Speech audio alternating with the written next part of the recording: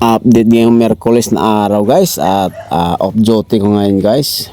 Lumabas ako ng 8 AM kaya diretso ako, dumaan ako sa bahay galing sa trabaho. Dumaan ako sa bahay dahil kinuha ko yung isang box ng lagayan ng puto kamuting kahoy dahil nakalimutan ko kahapon na dalhin.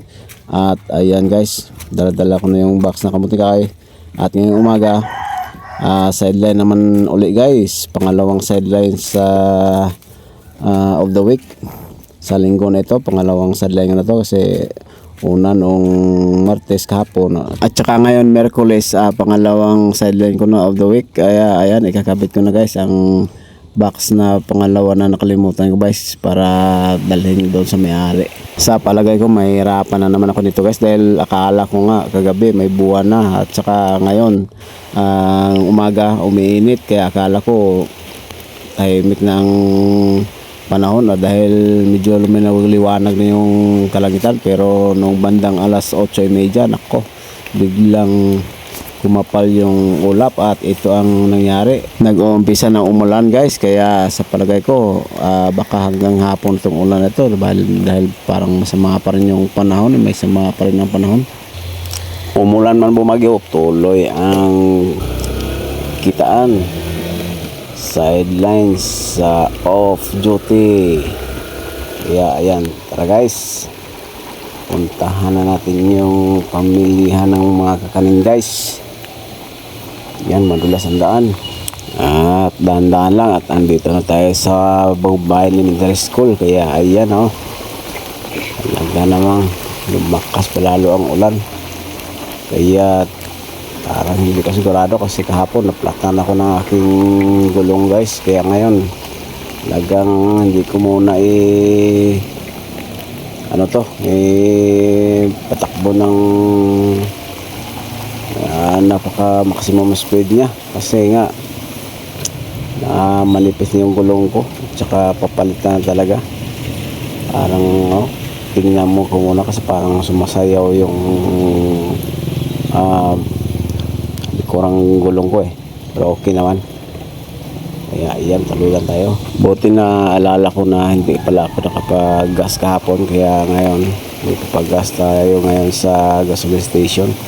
Tsaka nung nakarang araw doon ako nagpapagas doon sa may malapit sa market ng Dalipe, and yung aking motorsiklo parang walang lakas yung bumirit, parang may tubig yung may halong naman halong tubig yung gasolina. Kaya ayan, dito ako nagpapagas palagi dahil umpisa nung ako nagbibinta na ng mga negosyo na kakanin, dito na talaga ako bumibili. At saka nung kahapon lang medyo napakarga ako doon dahil namamalingki nga ako. Kaya ayan, papagas muna ako dahil baka makalimutan ka na naman mamaya kasi nga hindi mo ko talaga kabisado yung mga gas station kung baka nga may mga, yung iba nga may mga halong tubig yung yung kanilang mga gas, napapasukan ata yung mga kanilang mga tangke. Kaya yan, 80 pesos good for yan, sobra-sobra na yan, hindi na maubos at hanggat maubos na yung aking paninda.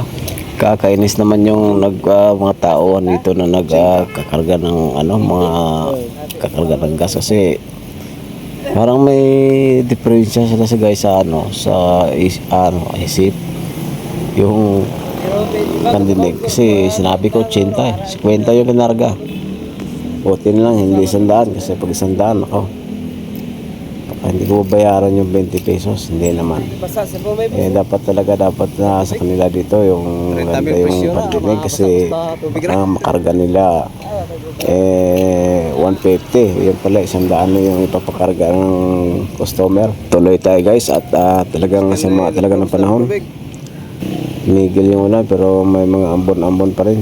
Kaya yan, diretso lang dito sa may bandang unahan yan, dito right side tayo dito para mag-shortcut ako dun sa tatagos ako dun sa kabilang highway rin. Ito yung shortcutan dito sa may parting China Bank. Ito pa yung kinainisan ko guys, kasi kapag ako ay nagmamadali, ang dami ko nakakalimutan. Katulad nito, ito yung sa likod yung top box ko. Ayan, hindi ko nakatabunan ng plastic ang nakasungulan. Mababasa pati yung aking mga pantakip. Ayan, yun isa din sa kinainisan ko. Patuloy tayo mga guys kahit masama ang panahon. Ayan, dire-diretso lang yung takbo natin hanggat nadating ko yung kabilang highway. Ayan, malapit na tayo at may mga alagad pala ng batas dito sa may exit ng paralan ng Antique National School. At ito na, narating ko na yung National Highway, ang Tagusan. Kaya ayan, ito, para right side ako at itong daan ito, diretso na sa Sibalo Market Antique guys. Pamilya yung market ng Sibalom, kaya ayan, diretso tayo. Kaya lang, inaalala ko yung gulong ko, baka mapaplat na naman kasi nga sa sobrang nipis na nito. At yan kasi ang sabi ng nagbo-vulcanize nung kahapon guys, kaya manipis na pala talaga, kaya kailangan ng palitan. At ayan guys, nandito na tayo sa Sibalom Market at kasunod nito tatanggalin ko na yung aking lagayan ng puto kumuting kaya guys, dahil ibabalik ko ito sa may-ari ng nagbibinta. Kaya yan, 2 box to kasi nakalimutan ko nga yung isa kahapon. Kaya ayan, so nahulog pa yung takip. Dahil nakita ko na naman yung nagbibinta ng kumuting kahoy. Ayan, nilagay ko muna dito sa gilid at aking mabayaran ng 900 pesos siya. Bali, 1 box yun. Kaya ito, mag-uumpisa na ako mamili guys. So salamat guys sa inyo panonood. Update na ako mamaya. Bye bye. Hi, morning.